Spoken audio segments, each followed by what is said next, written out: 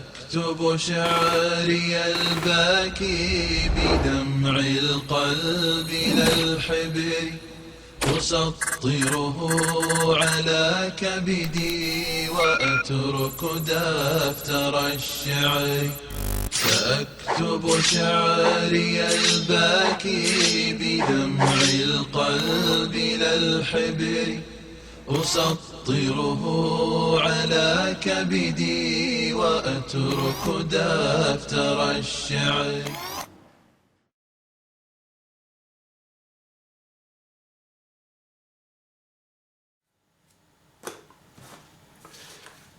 أعوذ بالله من الشيطان الرجيم أعوذ بالله من الشيطان الرجيم بسم الله الرحمن الرحيم والصلاة والسلام على سيدنا محمد وعلى آله وصحبه أجمعين والسلام عليكم ورحمة الله وبركاته. Frères et sœurs, Assalamu alaikum wa rahmatullahi wa barakatuh. Heureux de vous retrouver ce soir afin de partager une nouvelle fois avec vous cette présente vidéo dans laquelle nous allons commenter la vidéo de Mohammed Bajrafil concernant la sourate 4 verset 34, ainsi que la position de Tariq Ramadan sur le même verset.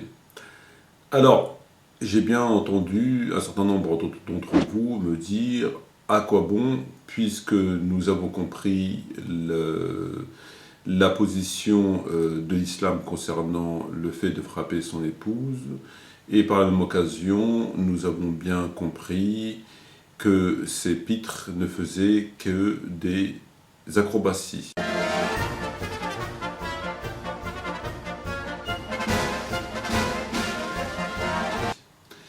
Alors, frères et sœurs, laissez-moi vous dire que le but de cette vidéo n'est pas de prouver le bien fondé de ma position, laquelle est en harmonie avec le Coran, la Sunna et ainsi que tous les tafsirs, comme on l'a vu et revu et re-revu, mais uniquement de vous montrer la stupidité, la débilité, l'ineptie de ces gens, c'est-à-dire quelles sont leurs façons, quelle est leur façon d'essayer de contourner, d'infirmer, d'invalider une vérité qui les dérange, vérité coranique, vérité prophétique, vérité divine. Ça ne leur fait absolument, ils ont absolument aucun scrupule pour essayer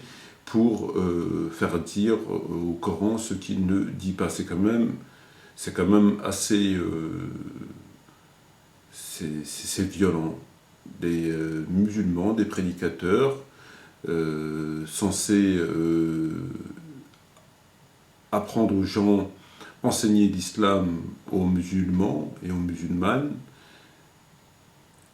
mentir, déformer, altérer, falsifier, dénaturer le Coran, la parole de Dieu de façon orale, même de façon orale, et pour d'autres, comme pour Tariq Ramadan, de façon écrite. C'est quand même pas rien. C'est quand même pas rien. Et tout cela parce que ça nous dérange, ça va pas dans le même sens que notre business. C'est quand même pas rien, parce que il n'y a absolument aucun doute que ces gens connaissent la vérité. Connaissent la vérité. C'est tellement évident, c'est comme le soleil dans le ciel. C'est exactement la même chose. Mais c'est une vérité qui les dérange, comme d'autres vérités, comme bien d'autres vérités. Toutes les vérités qui les dérangent, qui ne vont pas dans leur sens de leurs intérêts, ils essayent ou de les occulter, de ne pas en parler, comme ils font sur la question du califat, comme ils font sur la question du serment d'allégeance, comme ils font sur la question de la zakat, ou alors d'essayer de le falsifier. Et pour en définitive, lui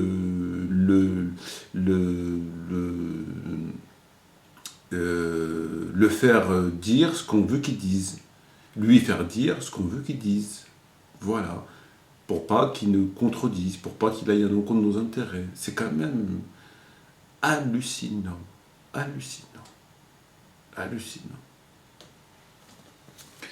Alors bonsoir à toutes les personnes, n'étant pas des confessions musulmanes qui font cette vidéo. Alors, nous allons, frères et sœurs, commenter la vidéo de Mohamed Bazjarafil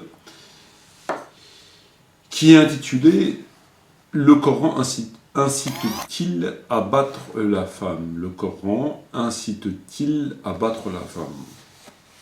Alors déjà dans le titre en lui-même, il y a un petit problème, un tout petit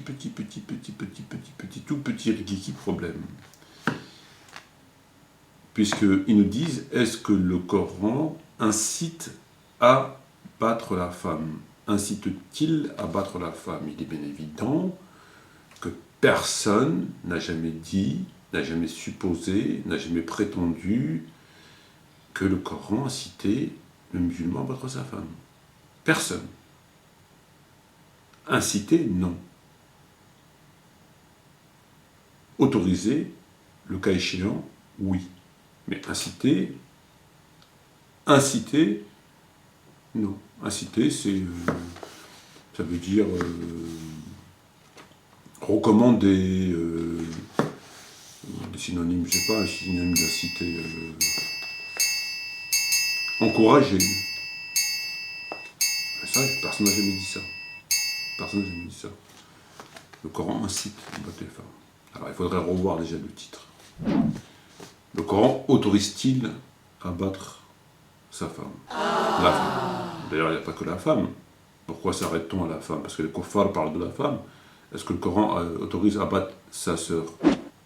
Est-ce que le Coran autorise-t-il à battre sa fille? Pourquoi sa femme? Pourquoi que sa femme? Parce que c'est les kuffars qui en parlent.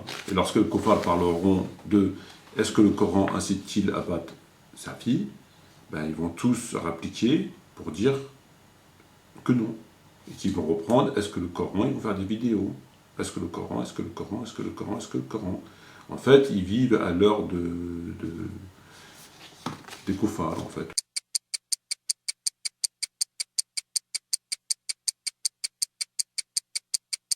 Tout simplement. Voilà, comme il avait fait Tariq Ramadan dans sa fameuse vidéo sur Mandela, lorsqu'il nous disait que Mandela était peut-être au paradis. Vidéo pour réagir à ce que j'ai pu entendre ces derniers jours sur l'événement qui a un peu bouleversé le monde. On savait depuis plusieurs mois que Nelson Mandela était malade. Quand on sait tout cela, on ne commence pas à faire ou à tenir des propos comme certains le font dans la communauté musulmane. On l'a entendu en Amérique du Sud, en Afrique du Sud, on l'a entendu en Occident, on l'a entendu en France, on l'a entendu en Belgique, à travers le monde, sur les réseaux sociaux, des choses absolument inacceptables. Et donc, en l'occurrence, dire qu'il repose en paix, ou dire que Dieu, qui sait ce qu'était le contenu de son cœur, l'accueille dans sa miséricorde et lui offre ce qu'il méritait, il n'y a absolument rien de mal à cela. Et que, islamiquement, c'est l'attitude de respect. Et si maintenant, une femme et un homme, musulmane ou musulman, en arrive à cette littéralité-là, de cette volonté de juger tous les autres en pensant que quand on a mis tout le monde en enfer, on s'est assuré le paradis, bien, eux, il faut le dire, eh bien, s'il vous plaît. Dans ces moments-là, par rapport à des êtres qui ont donné ce qu'ils ont donné, eh bien, la meilleure des choses que vous puissiez faire, si vous ne voulez rien dire, eh bien, taisez-vous. Et qui disait aux musulmans qu'il ne fallait pas dire que Mandela était en enfer. On ne va pas savoir qui est en enfer et qui est au paradis. Dans la mesure où on ne peut pas savoir, il ne faut pas dire que Mandela est en enfer. Voilà. Parce que Mandela avait fait la une des journaux, et qu'on a dû lui dire, enfin je ne sais même pas comment ça se passe, et donc il est venu parler de Mandela. Voilà. Voilà. Parce que les médias en ont parlé. Voilà. Donc comme les médias ils en parlent, lui il en parle. Donc c'est l'islam média. C'est l'islam selon les médias. C'est l'islam, voilà, comme sur la Palestine. On parle de la Palestine quand les médias en parlent. Dès qu'on ne parle pas de la Palestine et qu'il y a des morts, on n'en parle plus. Voilà où on en est un petit peu. Voilà. C'est exactement la même chose. Parce que le fait de la violence conjugale ne concerne pas les coups, la violence frappée ne concerne pas que la femme, bien sûr. Donc c'est valable aussi pour la fille, pour la sœur, etc.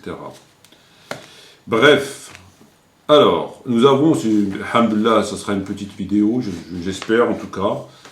Nous avons deux petits passages qui nous intéressent. Alors, j'ai extrait deux petits passages de sa vidéo.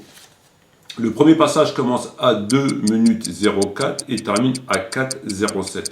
Donc, écoutons le professeur Mohamed Bejrafil. Et à tout de suite, Inch'Allah. Mais là, c'est par rapport au verset en fait. J'arrive. Et le verset, il dit quoi? فَإِنْ خِفْتُمْ نُشُوزَهُنَّ. Lorsque vous craignez, النشز أو النشز معناه الارتفاع. Si vous craignez le terme que l'on pourrait utiliser, c'est quoi?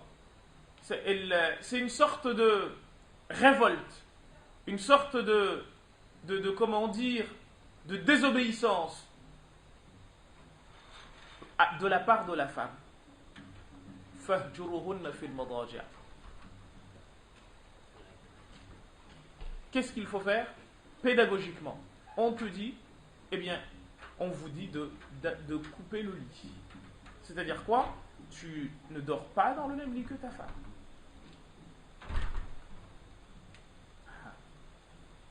Et ensuite, donc ça va crescendo.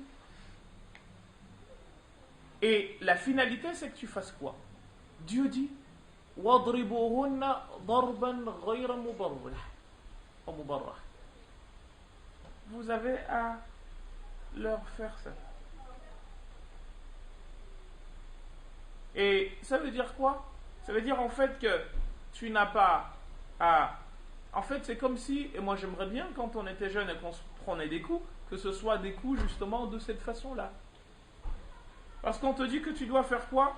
Ça ne doit ni faire mal, ni laisser trace, ni... Donc il n'y a pas de bleu, tu ne dois pas faire mal, ni casser un os, ni rien du tout. En fait, et Abdullah ibn Abbas disait justement, c'est comme si tu prenais un siwak et tu faisais comme ça. Et l'idée ici c'est quoi? C'est que tu montres à ta femme que ce qu'elle a fait ne te plaît pas et que tu n'es pas content de ce qu'elle a fait. Nous avons entendu le professeur Mohamed Bejrafil nous dire ce qui suit. Il lui dit, il y a une personne qui l'interpelle comme ça, il lui dit mais c'est par rapport au verset.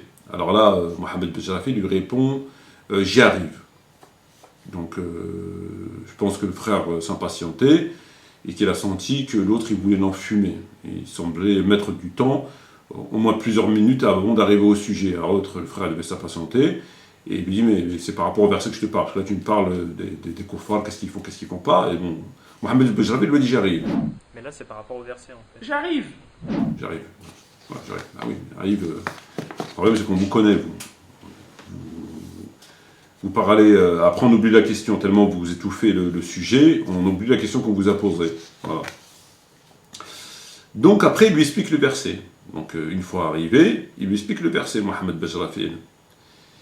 Alors, il explique que le Coran préconise, en cas de tension conjugale, en cas de conflit entre l'époux et l'épouse, entre le mari et la dame, il lui dit tu ne dors pas dans le même lit. Ça, on le sait. Il lui dit que ça va crescendo. Ça va crescendo. On commence par la recommandation, par l'exhortation, ensuite par le fait de ne pas dormir dans le lit, ça va crescendo. Et après, il dit, on peut, le Coran parle de taper. Et il dit taper Ghayru Mubarrih. Voilà, Ghayru Mubarrih. Donc il utilise ce que les savants ont dit, donc ça c'est pas dans le Coran.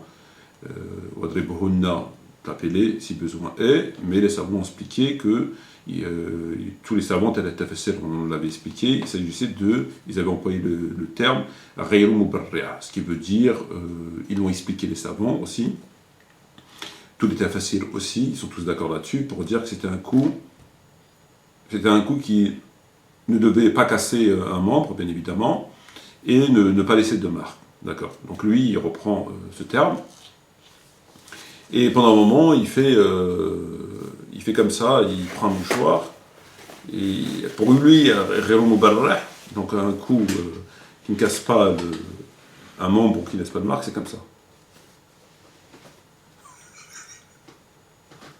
Tiens.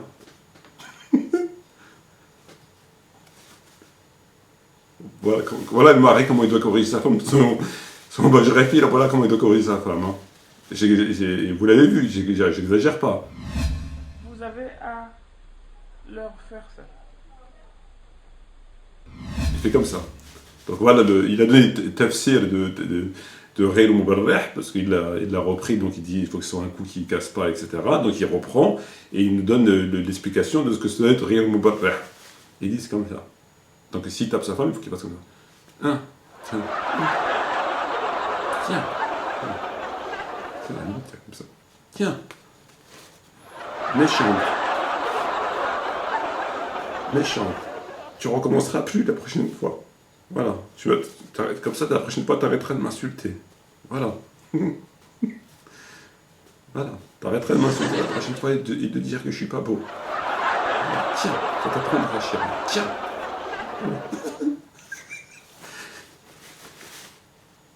Tiens. T'apprendras chérie. Voilà. Maintenant, tu vas m'obéir. Tiens. Voilà, t'as compris maintenant? Voilà, c'est ça pour lui rire mon barret.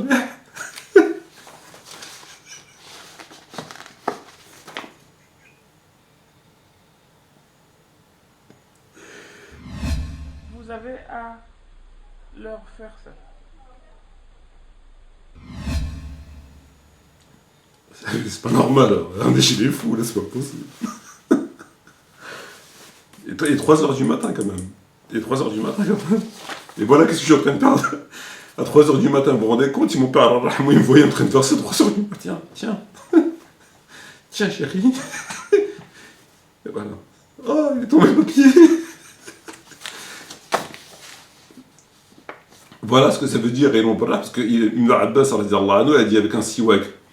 Il a dit qu'il fallait taper avec un siwak, et il prend son doigt, il fait comme ça. Justement, c'est comme si tu prenais un siwak et tu faisais comme ça. Voilà ce que ça veut dire pour dire mon brrr. J'aime bien quand il fait avec son doigt comme ça. Tiens. Justement, c'est comme si tu prenais un siwak et tu faisais comme ça.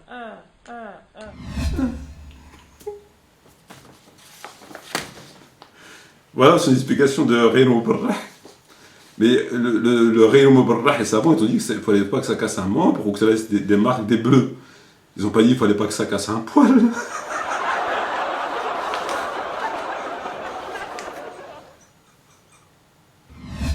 Vous avez à leur faire ça.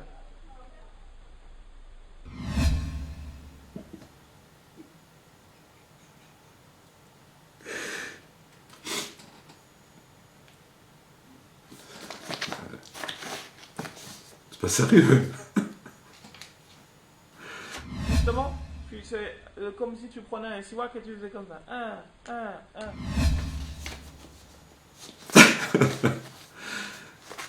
Donc voilà son explication de Ghayr Mubarrah. Voilà. C'est ça. Pour lui taper, c'est ça. C'est ça crescendo.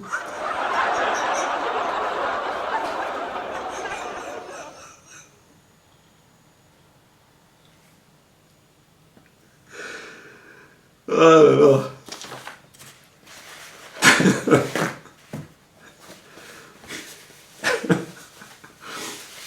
C'est ça crescendo pour lui. Donc on commence par l'exhorter, d'accord? Tu nous demandes d'exhorter, et si elle n'obéit pas, de séparer dans la couche, donc de faire l'iyapar, et si elle obéit toujours pas, Vous avez à leur faire ça.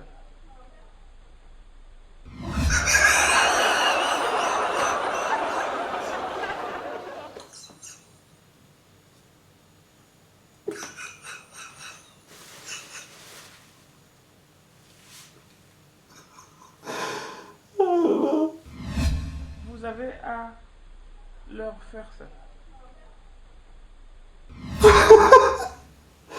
oh là là là là. Qu'est-ce que j'ai fait au bon Dieu?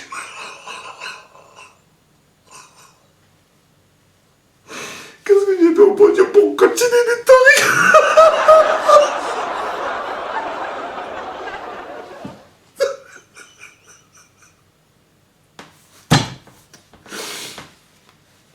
Pardon. C'est pas possible, c'est pire qu'un film comique, c'est pas possible.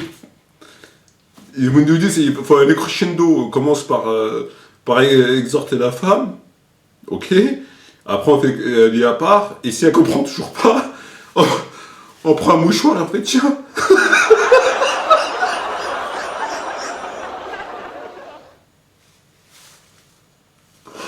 Ah, c'est pas possible. Justement, c'est comme si tu prenais un siwak et tu faisais comme ça. Un.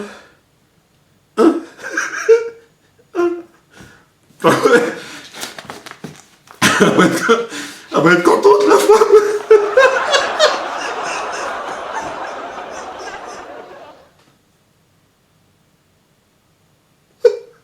Elle va être contente, la femme.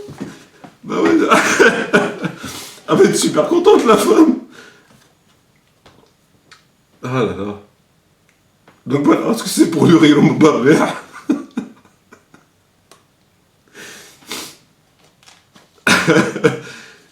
Ils ont pas dit, ils ont dit, faut pas que ça casse un membre, ou que ça laisse un bleu. Ils ont pas dit, faut pas que ça casse un poil quand tu tapes.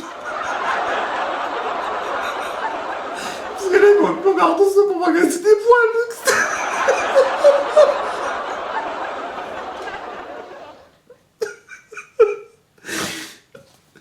Bon bah voilà, qu'est-ce qu'on veut dire de plus?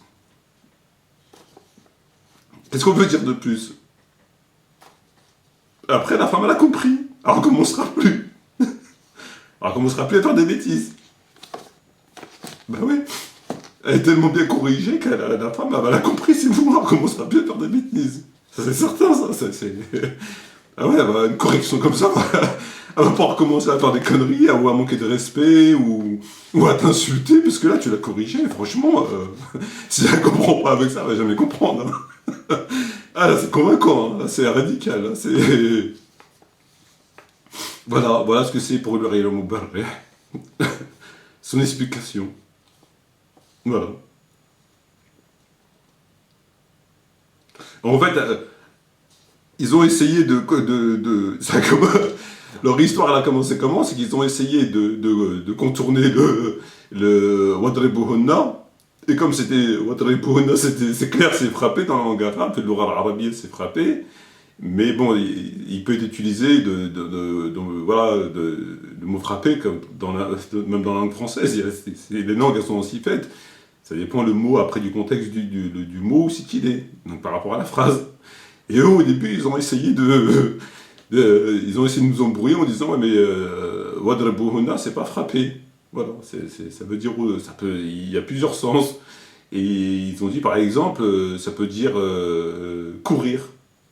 Mais le problème, c'est que si on met courir dans le verset, par exemple, exhortez-les, séparez-vous des lits et courez. Ça va pas. Donc ils ont essayé plusieurs termes. Le problème, c'est que ça colle pas. Donc ils ont essayé courir, ils ont essayé Enfin, ils ont essayé plusieurs termes. Mais après, ils pleurent qu'ils ne peuvent pas le faire rentrer dans le verset. Ils n'arrivent pas à le faire rentrer dans le verset. Et il y a même l'autre là. Il y a lui là. J'espère qu'il a bien été payé pour faire son truc parce que lui, par exemple, il a trouvé un autre son verset.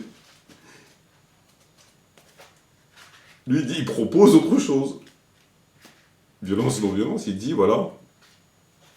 C'est qui son baraton, c'est qui l'a mis. En plus, droit musulman, c'est qui a mis son truc. Voilà. Lui, il met là, par exemple. Et il dit le sens d'Araba a 40 sens. 40 sens. Le sens d'Araba, il est 40 sens. Voilà. Et en fait, il dit, voilà, on doit donc lire ainsi ce passage. Donc il l'a remixé, il l'avait passé à la machine. Il l'avait passé là-dedans. Pardon. Il l'avait passé là-dedans. Et il dit, voilà, on doit donc lire ainsi ce passage, en rajoutant alors à la fin du verset 34 que nous avions jusqu'à là laissé en suspens. Donc voilà son verset à lui, comment il l'a fait. Alors il dit, quant à celles dont vous craignez l'infidélité, donc ça c'est dans le Coran, exhortez-les, bon c'est dans le Coran, puis faites li à part, c'est aussi dans le Coran. Et enfin, normalement dans le Coran il y a écrit Wadribouhunna. Et lui il a mis quoi? Il a mis et enfin éloignez-vous d'elle. Si alors elle cesse, ne cherchez plus contre elle de. Donc en fait il a enlevé Wadribouhunna et il a mis éloignez-vous d'elle. Donc en fait le Coran maintenant c'est devenu quand à celle dont vous craignez l'infidélité, exhortez-les, faites li à part et éloignez-vous d'elle. Donc en fait il a fait 2 fois. Parce que le li à part, normalement, quand il dit Dieu Allah, il dit faites li à part, ça veut dire éloignez-vous d'elle. Voilà, faites li à part dedans, mais plus avec elle, il faut s'éloigner. Mais lui, il a encore prolongé la distance. C'est-à-dire qu'il a fait plus loin encore. Bah, éloignez-vous plus.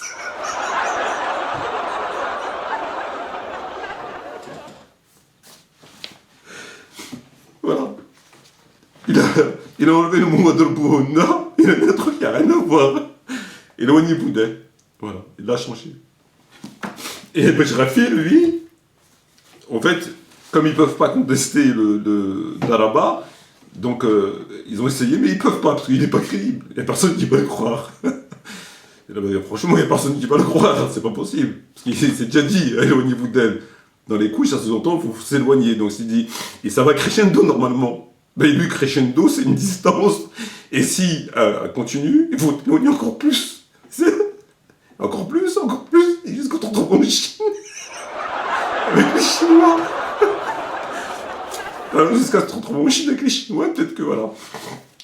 Donc à la base, c'est ça. Et comme, en fait, ils ne peuvent pas contester le mot d'Araba, parce qu'ils ne peuvent pas, il est clair, c'est un verbe, et il est clair. Voilà, et tous les savants, ils l'ont compris comme ça.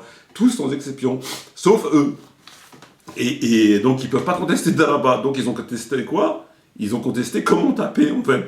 À défaut de jouer sur la loi, ils jouent sur la procédure. Et comment taper? Bajrafi, il prend le mouchoir, il fait comme ça. Voilà comment on peut taper. Voilà. C'est comme ça qu'il faut taper pour lui. C'est, voilà. Donc, c'est ça pour lui, comment il faut taper la femme. Et il dit que ça va crescendo. Pour lui, ça va crescendo, ça. Voilà. Voilà de quoi ils sont capables, ces gens. Voilà de quoi ils sont capables, ces gens. C'est fort quand même, hein.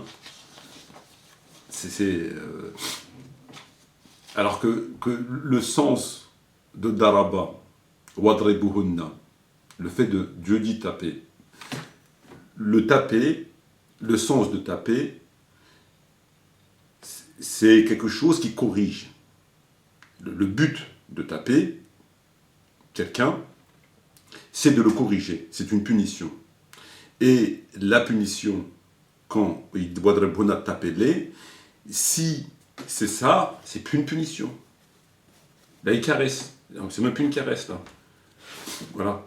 Donc, le sens de taper, il faut que ça soit quelque chose qui corrige. Et pour que ce soit quelque chose qui corrige, il faut que ce soit assez fort pour dissuader la personne de recommencer. C'est ça le sens de taper. Ce qu'on doit retenir, de taper, sans rentrer dans le détail de comment taper, il faut que le taper, au moins, dans tous les cas de figure, soit assez fort afin de dissuader la personne de recommencer. C'est ça taper. Peu importe après comment on part taper, avec un crayon, avec un stylo, avec ce que vous voulez. Mais il faut que ce soit assez fort, sinon c'est plus taper. Et sans que ça aille trop loin, c'est-à-dire casser un membre, laisser un bleu, taper le visage, etc. C'est les seules conditions que les savants ont mis. C'est-à-dire que taper, il faut que ce soit assez fort pour dissuader la personne de recommencer, c'est-à-dire qu'elle va garder des séquelles psychologiques qui vont lui faire peur de recommencer, qui vont la dissuader de recommencer, donc c'est ça taper. Et ils ont mis la seule condition, c'est qu'il ne faut pas que ça soit trop fort au point de casser, etc., etc. Voilà, c'est tout. Et là, lorsqu'il utilise taper comme ça, c'est pas taper, ça. Ça, c'est caresser. Je ne sais pas s'ils se rendent compte, mais c'est pas taper, ça. Voilà. Donc voilà le premier extrait. On va écouter le deuxième extrait qui commence à 4 minutes 07 et qui termine à 4:35. Écoutons le deuxième extrait. Est-ce que l'inverse est vrai? Mais bien entendu. Les femmes du prophète sallallahu alayhi wa sallam l'ont fait dormir par terre pendant un mois. Le prophète sallallahu alayhi wa sallam. Et là, il a dormi par terre pendant des temps, tant et si bien qu'on voyait les traces de la nappe sur laquelle il dormait. Les traces de la nappe sur ses côtes. À force de s'allonger dessus. Alors nous l'avons écouté, il dit, est-ce que l'inverse est vrai? C'est-à-dire, est-ce que l'inverse est vrai? Est-ce que des femmes ne tapent pas leur mari? C'est-à-dire, dans ce sens-là, ok. Est-ce que l'inverse est vrai? Est-ce que des femmes ne tapent pas leur mari? Et en fait, il nous explique que le prophète a été, pas tapé, mais il a été malmené par ses épouses. Comme on connaît aujourd'hui des hommes qui sont battus par leurs épouses.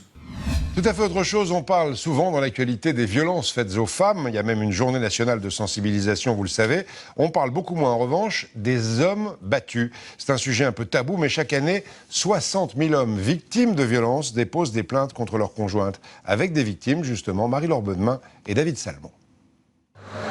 Alain a vécu 20 ans avec une femme violente. Concrètement, vous avez été victime de quoi? Du harcèlement moral et puis également d'actes violents. Le plus dur, sentiment d'insécurité et même de peur. Peur de quoi? C'est en fait la peur du lendemain et c'est la peur en fait que les choses soient encore pires. Pour Jean-Paul, les coups ont commencé dès le début de sa relation amoureuse, mais ponctuellement. Qui sont maltraités par leurs épouses. Et selon lui, le prophète Mohammed, il a été maltraité par ses épouses. Comme aujourd'hui, il y a des femmes qui maltraitent leurs épouses. Et comment elles l'ont maltraité? Il vous dit, des femmes du prophète l'ont fait dormir par terre pendant 1 mois. Au point où on voyait les traces de la nappe. Donc, il vous explique que les épouses du prophète Mohammed ont maltraité le prophète. Ils l'ont maltraité. Maltraité au sens que l'on connaît. C'est-à-dire, comme on connaît aujourd'hui, qu'il y a des femmes qui maltraitent leurs époux. Il y en a qui les tapent et il y en a qui les maltraitent. Qui les enferment au grenier, dans la cave, etc. C'est connu. Bon. Et lui, il vous dit que le prophète aussi a été maltraité, au même titre que ces hommes. Et comment elles l'ont maltraité? Elles l'ont maltraité il vous dit, en le faisant dormir par terre pendant 1 mois, au point où on voyait les traces de la nappe. Vous vous rendez compte de ce qu'il est en train de vous dire? Que les femmes, elles ont maltraité le prophète, et elles l'ont contraint à dormir par terre.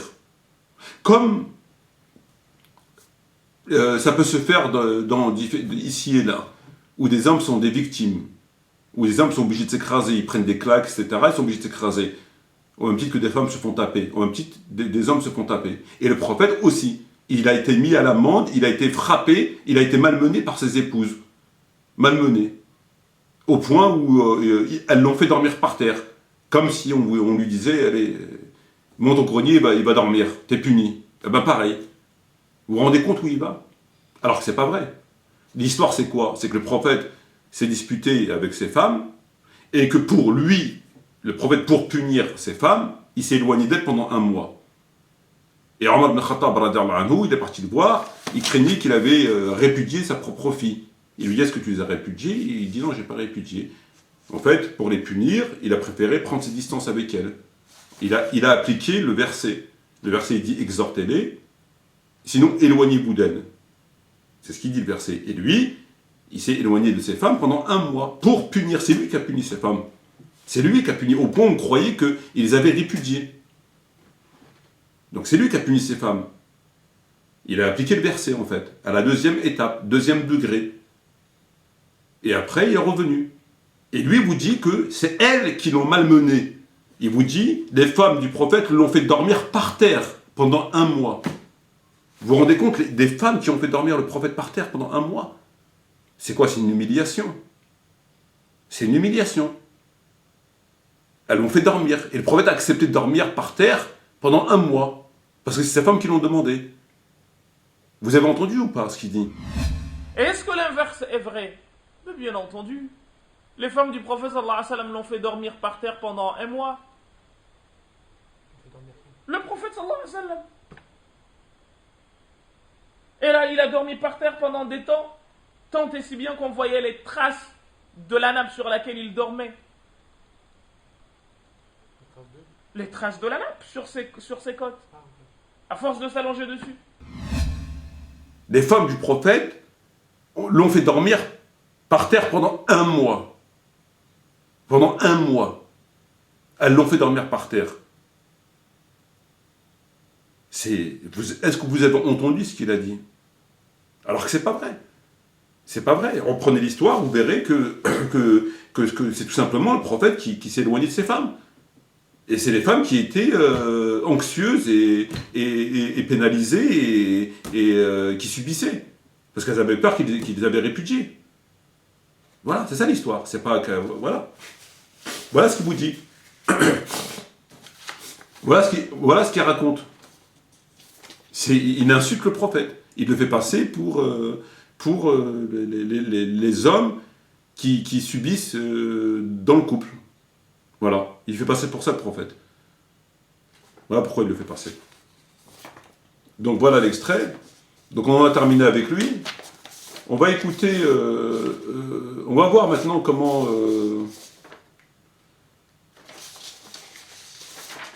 J'aimerais que le frère fasse passer l'extrait de cet extrait-là là, au niveau de Alayhum salam, Alayhum salam, Alayha salam. Donc dans une autre vidéo, à 2 minutes 20, jusqu'à 3 minutes 11, écoutons-le et à tout de suite.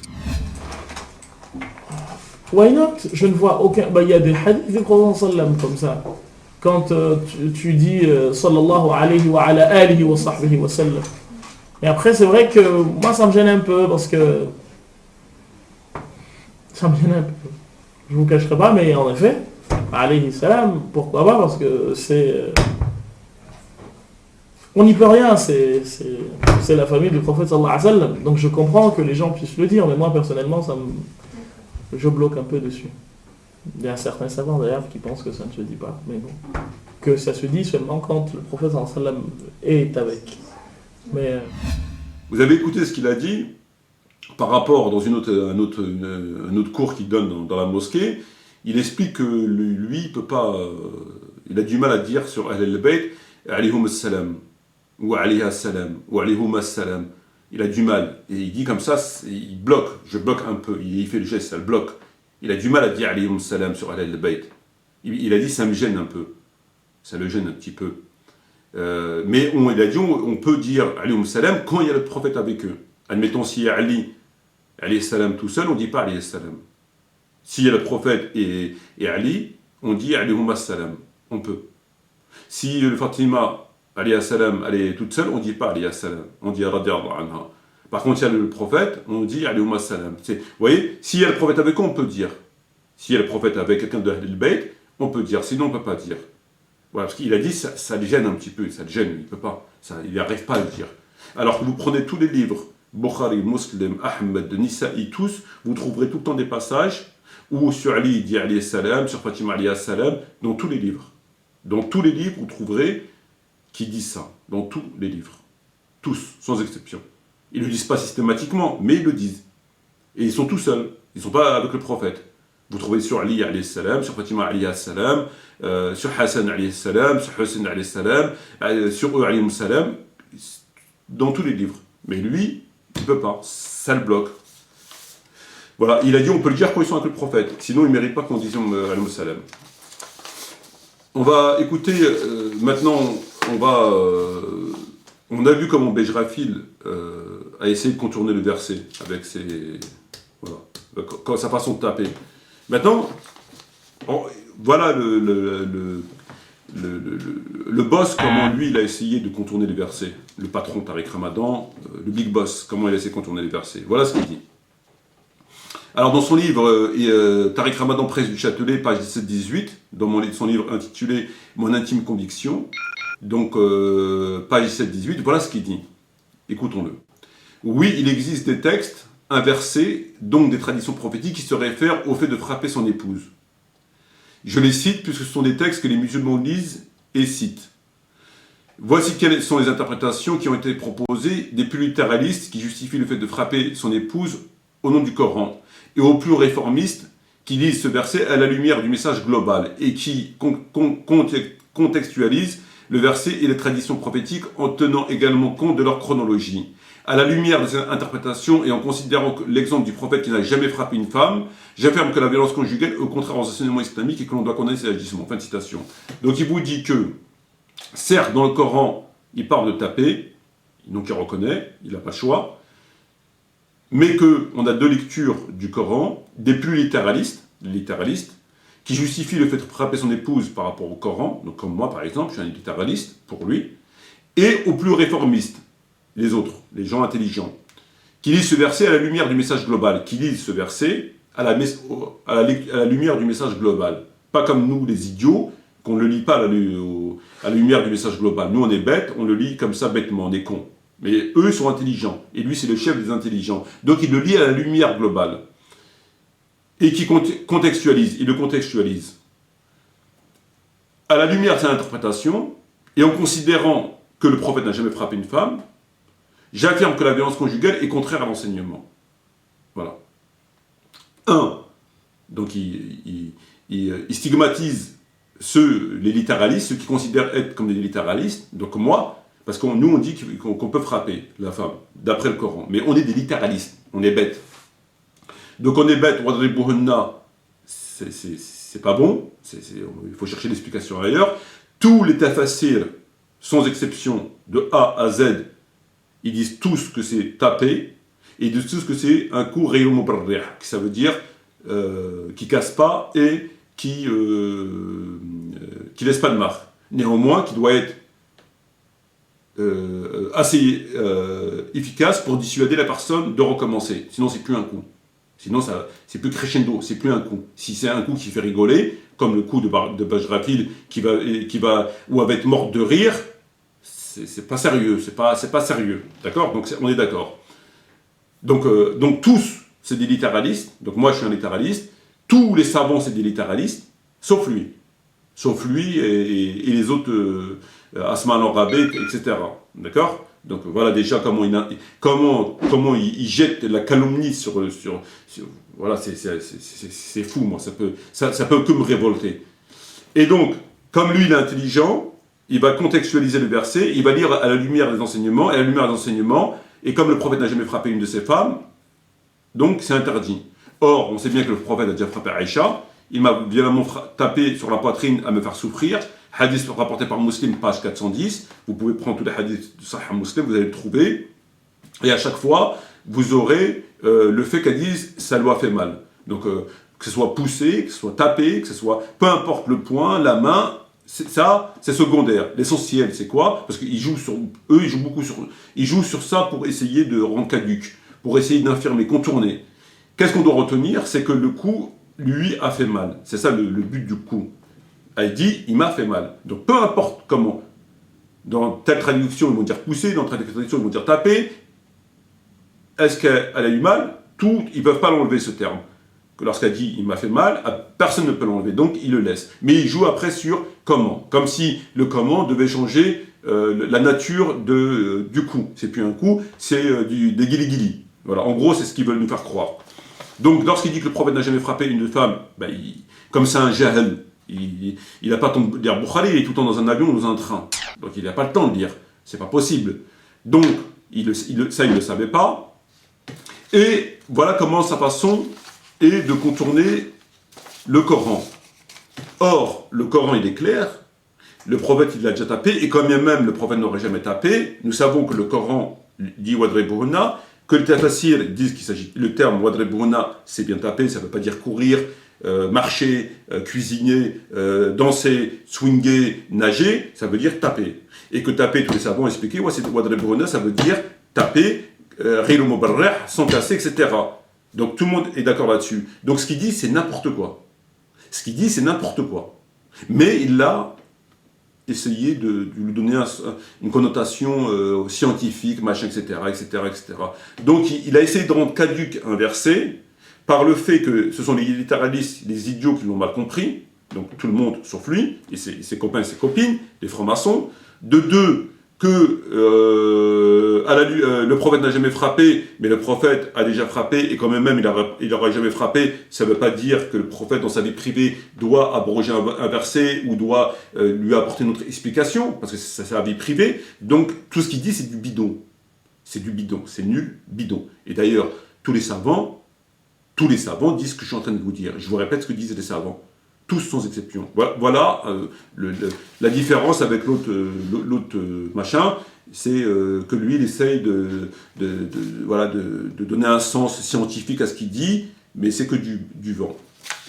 Que du baratin, c'est un gros menteur, comme on le sait que trop bien. Et enfin, je voudrais terminer cette vidéo par rapport, ça c'est autre chose, c'est par rapport à un shir qui s'appelle... Habib Yassar, ou Yassir, je ne me souviens plus comment de son prénom, et qui a évoqué la question du prophète qui a frappé son épouse Aïcha, et qui justement, donc il reprend fidèlement le texte, lui il n'a pas de raison de le manipuler, donc il dit vraiment ce qui s'est passé, on va l'écouter, mais j'aimerais justement faire une petite réflexion par rapport à la compréhension du texte que lui il a. Alors donc écoutons l'extrait d'abord, qui commence à 26 minutes et qui termine à 27:06. Donc écoutons le shir. اجعله هو الذي يحتار أنه كيف يتعامل مع أحاديث رسول الله صلى الله عليه وآله التي وردت في ذم عائشة. اعرض له كيف أن من كتبه رسول الله ذات مرة أوجع عائشة ضربا. في كتبهم موجود، في صحاحهم موجود، أن رسول الله ذات مرة ضرب عائشة في صدرها وهي تقول ضربة أوجعتني، لأنها كانت امرأة قليلة أدب وغير مؤدبة وغير محترمة، وكانت تؤذي النبي صلى الله عليه وآله كثيرا. هذا موجود في في إحدى صحاحه، في إحدى كتب الحديث المعتبرة عنده. تقول عائشة هكذا: فلهدني أو فلهزني لهزة أو لهدة في صدري أوجعتني. لهدة أو لهزة، الآن ما أتذكر ضبط الكلمة بالضبط. هذه الضربة التي هي بمثابة البوكس، شايف البوكس؟ رسول الله انطاها بوكس على صدره هالشكل، تقول أوجعتني. Nous avons écouté le shir, donc il explique que le prophète a frappé, il explique par son poing, lui il dit qu'il a frappé avec son poing, etc. Donc il est fidèle au texte, sans absolument aucun problème, contrairement aux autres. Lui il n'a pas de raison de mentir. Donc il dit bien qu'il s'agit de frapper, de la taper, etc. Donc il n'y a pas de problème. Et a dit, il m'a fait souffrir. Donc il est dans le respect total du texte, c'est très bien. Mais, et c'est là encore une fois où on a un problème de compréhension avec les chiites, et ça revient constamment, c'est que lui, à travers ça, qu'est-ce qu'il dit? Dans la vidéo, il dit, voilà, Aïcha c'était une menteuse. Une menteuse, pourquoi? Parce qu'elle a suivi le prophète, et que lorsque le prophète lui a dit où tu étais, elle a dit non, rien, elle a nié, elle a menti au prophète en fait, elle ne voulait pas lui dire qu'elle l'avait suivi, etc., etc. Donc, en fait, dans la vidéo, il veut prouver que Aïcha c'était une menteuse, et que par conséquent c'était une menteuse, c'était ceci, c'était cela, c'était ceci, cela. Donc le discours qu'on connaît chiite. Il se sert du hadith de Muslim. Parce qu'effectivement, dans le texte, il dit qu'elle ne doit pas dire, etc., la vérité, etc. C'est écrit dans le texte. Alors moi, je n'ai pas la même compréhension que le shir, et que la plupart des chiites, voire tous les chiites, sur le propos. Parce qu'effectivement, Aïcha a menti. Mais il ne faut pas oublier que ce texte, il est rapporté par Aïcha. C'est elle qui le dit. C'est Aïcha qui le dit. Si vous prenez le texte, c'est bien Aïcha.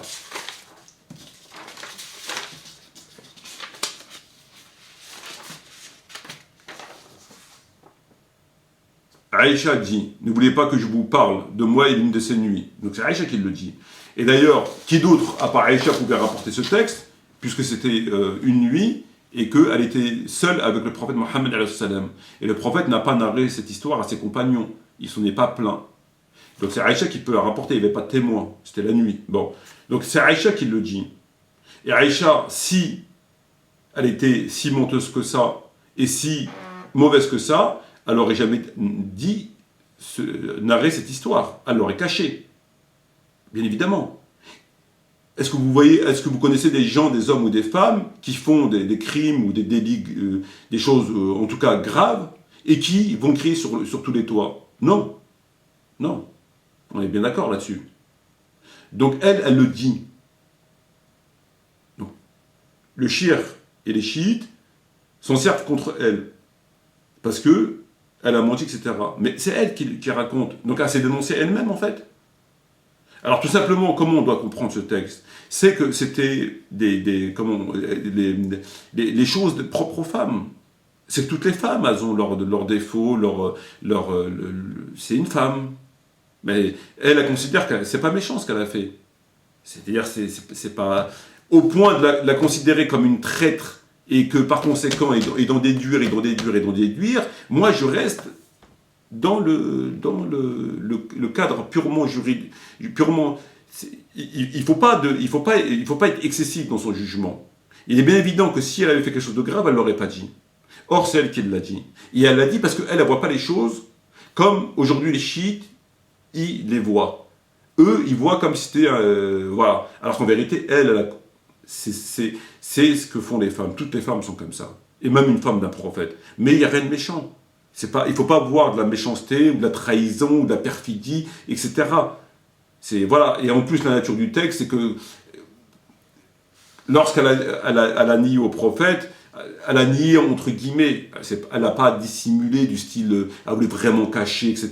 Elle savait qu'elle était en train de souffler, elle a couru, donc le prophète voyait bien qu'elle a couru, elle savait que le prophète allait le savoir, elle allait de toute façon lui dire. Vous voyez ce que je veux dire, le contexte des choses.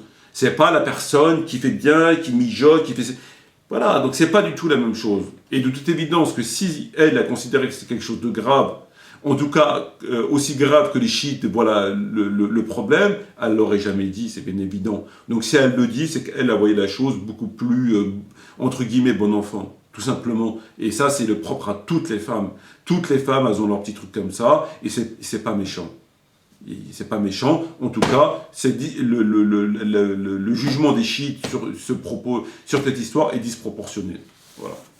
C'est excessif. Et comme d'ailleurs, sur l'ensemble des visions qu'ils ont sur les sujets, c'est extrêmement excessif. Voilà, bref, sur ce, voilà, je voulais donc non pas vous prouver le bien fondé de ma position qui est celle de l'islam par rapport au Wadribuhunna, Surat 4, verset 34, je voulais simplement vous prouver le ridicule de ces gens. Voilà. Le ridicule de ces gens, à quel point ils sont ridicules, aussi bien lui avec son mouchoir, qu'aussi bien Tariq Ramadan, comment il essaye d'expliquer scientifiquement que, en fin de compte, il littéralise, etc., mais en fin de compte, c'est une espèce de menteur. Voilà. Bon, bref, moi, ça me dégoûte. Voilà, ça me dégoûte de voir des gens comme ça, à quel point ils peuvent vendre leur religion, parce que c'est quelque chose qui dérange les koufars.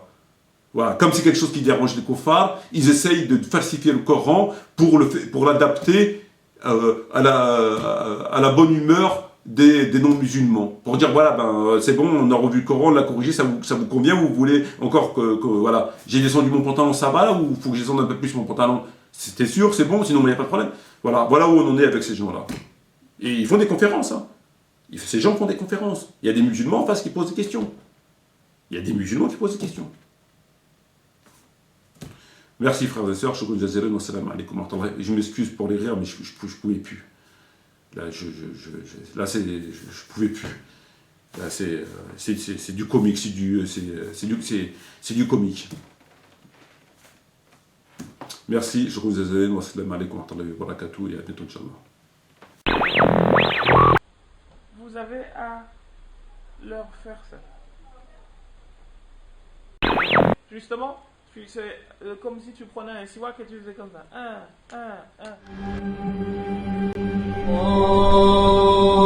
Allahu Akbar,